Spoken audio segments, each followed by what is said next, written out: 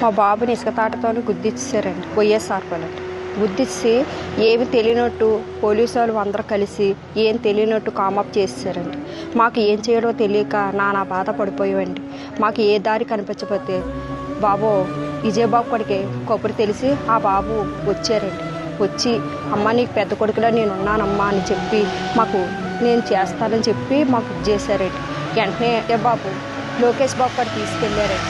లోకేష్ బాబు చెప్పగానే మా బాధ అంతా చూసి ఆ బాబు ఎంతో ఇదైపోయి 2 లక్షలు ఇస్తానమ్మా బాబు మ్యారేజ్ చూడమ్మా అని చెప్పేసి 2 లక్షలు ఇచ్చారండి.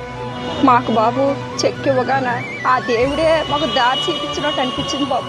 మాకు అన్ని దారులు మూసిపోయామని అనుకొని కుమిలిపోతున్నాం బాబు. ఈ బాబు వచ్చి చెక్ ఇవ్వగానే ఒక దారి కనిపించింది అన్నట్టు ఎంతో ఆనందం పడుతున్నాం బాబు. ఆ బాబు లేకపోతే ఏమైపోతామా మేము అనిపించేలాగా అయిపోయింది బాబు మా పరిస్థితి.